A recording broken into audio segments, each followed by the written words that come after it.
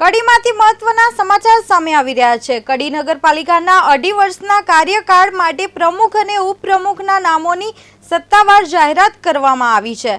સ્થાનિક સ્વરાજ્યની ચૂંટણીમાં બહુમતી મેળવ્યા બાદ ભારતીય જનતા પાર્ટીએ કડી પાલિકાના પોતાનો દબદબો જાળવી રાખ્યો છે। પ્રમુખ તરીકે રાજુભાઈ ગજ્જરની વરણી કરવામાં આવી છે, જ્યારે ઉપપ્રમુખ તરીકે સ્મિતાબેન પટેલની પસંદગી કરવામાં આવી છે। નવા પદાધિકારીઓની જાહેરાત બાદ ભાજપ કાર્યકરોમાં ઉત્સાહનો માહોલ જોવા મળી રહ્યો છે। નગરપાલિકાની ચૂંટણીઓના પ્રમુખ અને ઉપપ્રમુખની ચૂંટણી જે તે નગરપાલિકાના ચૂંટણી અધિકારીની અધ્યક્ષતામાં યોજવામાં આવી છે।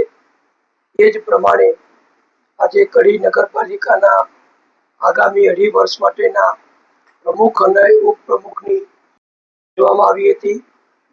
બધાને આપને માહિતી છે જ કે ચૂંટણીની શરૂઆતમાં જ કડી નગરપાલિકામાં ભારતીય જનતા પક્ષના